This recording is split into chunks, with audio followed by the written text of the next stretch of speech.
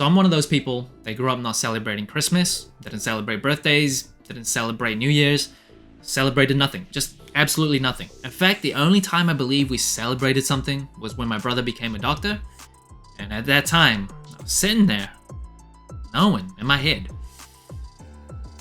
there's only gonna be one doctor in this family.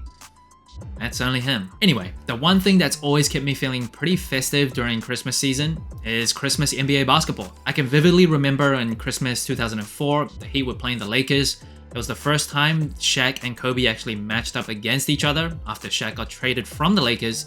They were still beefing hard at the time, so the build-up and the tension, it was just a game that so many people were looking forward to.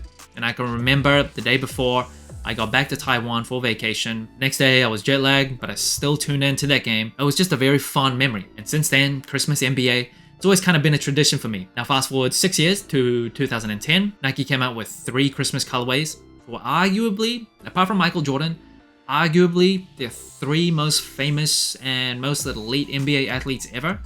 Kobe Bryant, Kevin Durant, as well as LeBron James. So each had a Christmas colorway for each of their signature shoes.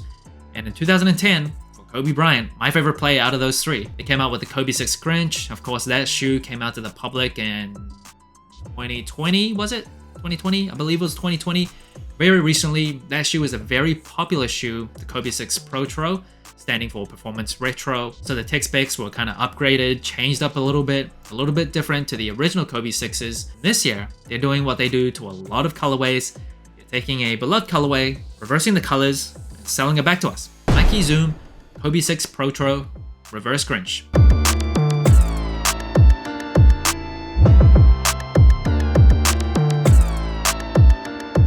Now this shoe is dropping on December 15th for $190. Not sure why they're not dropping it on December 24th, December 8th.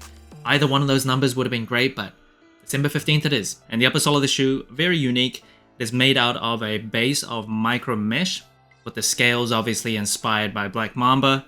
Just a super unique feeling, unique looking shoe, and it's just super light, super flexible. And then wrapping around this heel, very unique heel counter, solid TPU heel counter, provides a lot of support, just locks your feet in place. And aesthetically, I love the look of Kobe Bryant's signature on the heel, and that color as well, just really pops from the rest of the shoe. And again, just like MJ, if you've ever seen Michael Jordan's signature, it just looks like the signature of a GOAT. Same with Kobe. Look at that signature, it just looks super nice. And then going up the tongue, this tongue is actually padded. So you see this mesh netting on the outside.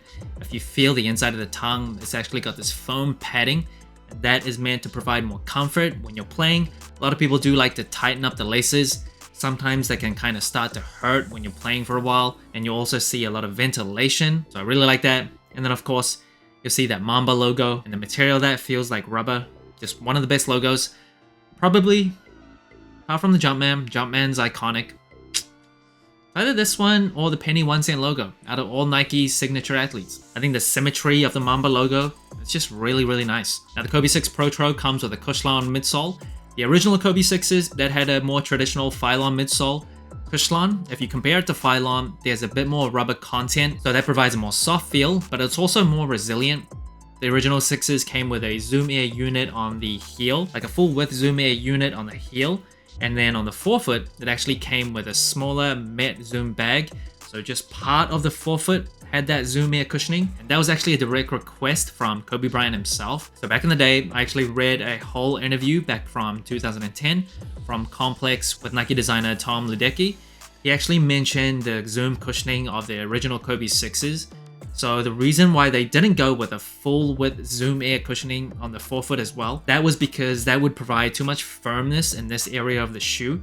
So when you're like making cuts and making like quick drives to the basket or directional changes, your feet will kind of like get stuck or like sink into the cushioning. So Kobe Bryant actually really liked the setup of the Huarache 2K4s, a shoe which I have that gold laser colorway. That is back home. Now, quick side note, I'm actually going back home in 2 months' time, but I'm going to bring that shoe back. I'll probably review it because I think the 2K4s is personally my favorite shoe to ever play basketball in. I really like the performance of that shoe. So Kobe Bryant wanted to bring back that same setup to the Kobe 6s, the original Kobe 6s. Kobe Bryant wants it. Kobe Bryant prefers it. He pays attention to every detail in his shoe. Nike will do it. Now fast forward to 2023, technology has improved obviously, so with the Kyrie 5s, Nike came out with the Zoom Turbo unit, which is what this shoe uses. So this shoe comes with a full width Zoom Turbo unit in the forefoot, just the forefoot, so nothing in the heel this time, just that Cushlon foam. So the Zoom Turbo unit is thinner, which allows for like a firm feel, but also responsiveness and flexibility. So comparing this shoe with like the 2K4s that had the original Kobe 6 kind of setup, I definitely do prefer the older setup. I gotta say, if you're wearing it casually, that might be for you, but if you're playing ball-in, personally, I'm not a huge fan. Very subtly, you'll actually see this Kobe code. I gotta search up again what that means, but there is like a whole Kobe Morse code system. Very cool, subtle little detail. Now this is the rubber outsole. According to Nike.com, this is a scaled down traction pattern. Again, I don't have a Kobe 6 in hand to do a side-by-side comparison. So what happens when you move countries, you lose shoes, you can't bring it with you. But the traction of the original Kobe 6s was pretty infamous or renowned, don't know what the right word is, but a lot of the reviews and comments about that shoe was that the traction needed to be worn in. So the more you wear it in, the more you break it in, the better the traction got. Now I think it's probably the same as this shoe, so I haven't fully broken it in, but that would be my assumption. It also features one of my favorite things on shoes, on sneakers. This is the carbon fiber shank plate, just in the midfoot area, so not full length, a lot of durability. Yeah, love carbon fiber in shoes. And the insole of the shoe, they are branded, so it says, I want my shoes to mold to my foot. That is exactly what Kobe Bryant was after for his signature shoes. So the insoles of these shoes, they're actually what you call a dual layer memory foam insole. So the more you wear it, the more the insole would like mold around your feet, and it just feels super nice inside. And side note, I had to like Google forever and ever to find like archives of old interviews with Nike employees and designers, as well as old Nike.com descriptions. It was such a huge task researching for this shoe because there's a lot of technical names that I just don't remember off the top of my head. I always try to go for like Nike's official description and articles when I describe and research a shoe. Bit of a journey, but I got there in the end. Now the shoe doesn't come with any extra laces, so you're stuck with this super loud Grinch green color. Now I believe in the Kobe 6 Protro Grinch colorway, they did come out with extra laces, so they're getting cheaper and cheaper by the year. No extra laces, you're stuck with this. Box of the shoe, Kobe Bryant Mamba box, Mamba logo, Kobe Bryant signature. You can see the scales on the box as well. It's actually textured, so it's not just like printed scales. Super nice. I like the box of the shoe. Now in terms of sizing and comfort, I do have wide feet.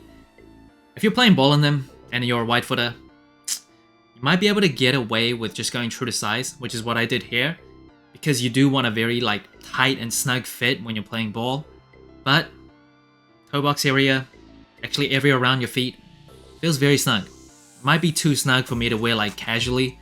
Doesn't feel too comfortable. If I'm running and like cutting and playing ball in them, I can probably stand it and it'll break in easier if I'm doing those types of activities.